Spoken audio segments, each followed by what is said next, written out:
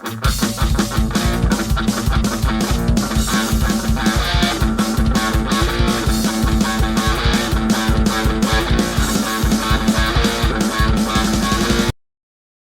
back to the channel's Super Academico and Blue Eye Patch. Let us keep the reading of my book Clueders, Meire Pop Beyond the Cloud, available on Amazon. In this part, we will keep the reading of the Chapter 6, a reminder of the future, games, books, and digital life. Don't forget to subscribe to both channels and like and share the video. Let's go! I remember the day we saw Maze Runners after having our snack after the movie. We spent time at a big bookstore at the mall. We spent nearly 4 hours browsing through books, reading excerpts, sharing discoveries about the latest literary productions aimed at young people and teenagers in general, and in the area of science fiction and fantasy more specifically. Our conversations about each new element that we discovered were interspersed with laughter, discreet caresses, and a companionship and good humor that I would hardly have with Marcos. It was inevitable to make such comparisons. I looked at him and admired his beauty and sympathy, as well as an almost fraternal sense of protection, which you will soon understand why. Yet the physical resemblance was almost disconcerting. Everyone had noticed this on my birthday party. Even my mother commented. The only one who doesn't seem to have changed because of this was Marcos himself. Besides Leandro himself, he didn't bother with such comparisons either. As I said, we were all talking about my 15-year-old party. The whole prospect of a triangle of embarrassment had been dispelled by the lightness of our conversation. There was, of course, an agglutinating element that were Vinny Mayo's videos. We agreed that the guy was an explosion of creativity and criticism. Leandro had some saved on his cell phone, and we kept going back and laughing a lot, and then talking about the consequences of some messages.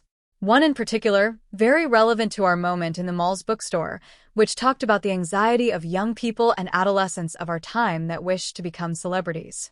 He said in a commentary on the video, "It seems like it's the fastest way to avoid the arduous and pointless work life that our parents believed was the best for us." But philosophizing a bit, if everyone turns into celebrity from the internet, who is it going to be tweeting about celebrities? Vinny Mayo himself replies with a joke. It's going to be like every day was an Oscar-nominated party, with celebrity within celebrity. There's no one left anonymous on Earth. And then he plays a hilarious imitation of two Hollywood stars greeting and admiring each other as if in a mirror. Everyone's the same. Returning to the books in the bookstore, the titles dealing with personal experiences of young people around the world, navigators of the digital cloud, and so-called clueders, were the vast majority. From the very interesting ones about bloggers and bloggers like me who, due to the popularity of their blogs, have had their daily lives totally transformed, turning into fast celebrities, giving interviews in newspapers and talk shows, to the funny but idiot reports of YouTubers and popular Instagram, who due to the impetus for fast celebrity did absurd things to have more friends/followers/viewers, and there then reported what they did, everything, to achieve fame. Some even got into the big media, becoming attractions in shows and getting advertising contracts. Hey Leo, do you think someone will ever want to publish a book about me or about my blog? I asked as I was browsing through the book of a very popular YouTuber a few years ago, but who tragically died in a motorcycle accident. I don't know, Meire. You have all the potential for this, but your blog doesn't resemble anything at all to these stories. Mostly crap. I agree. Will Vinny Mayo one day become a book too? That one, if he does, it will definitely be a selling success. Just because of the amount of followers and views he has on his YouTube channel, one can have a bestseller before it even reached the bookstores. I think so too. But writing doesn't seem to be his trend. He looked at me a little deeper and, with that confident smile on his face, "Why don't you volunteer to write a book about him? This you could do very well." I was thoughtful, but I didn't answer anything. We went back browsing through books. We laughed a lot with the book of photos and comments from an Instagram boy who took in over 3 years about 1,000 photos of himself dressed up as pop celebrities around the world. They were horrible montages of models of beauty in music, cinema, and fashion, but with minimal resources, making the pictures become hilarious. And the comments of the celebrities portrayed by him were priceless. Leo, is this the future of internet made for us young people? I don't know, Meire. People like to laugh. He spoke and we continued to flip the subject's book. It was really hard to restrain laughter with the squeaky sighs with celebrity looks. And Leandro has such a cool laugh. Joyful and intense, but not exaggerated. I love to stare at his corner-of-mouth grin, kind of pretending I was not admiring him. Look at this one. That's cute. He even managed to imitate the red of her dress, even if it was crepe paper. It looks like more toilet paper, Meire. And we laughed a little more. In the photo there was an imitation of Katniss from the Hunger Games look, in the case already the second film of the series, Catching Fire. It was the beautiful red flaming dress that she wears during the popular television show there in the fictional Panem. Look, Leo. There's a comment from Jennifer Lawrence herself.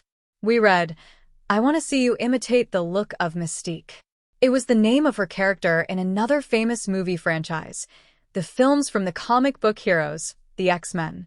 When we turned the page, our laughter was explosive. A powerful laugh in the middle of the bookstore.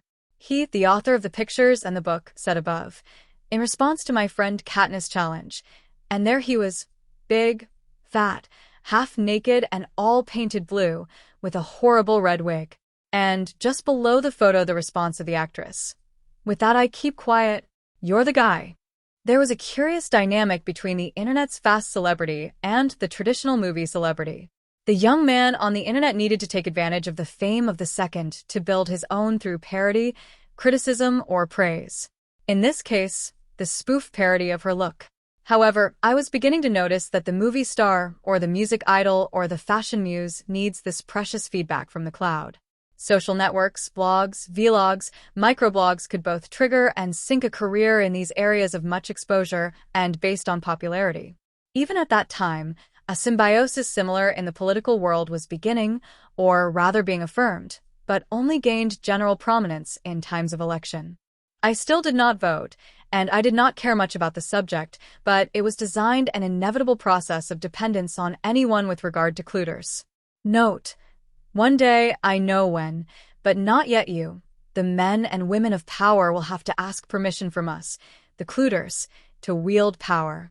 Without us, they will be nothing more than a celebrity in the cloud. Hashtag the power is ours, not theirs. I hope you have enjoyed this reading.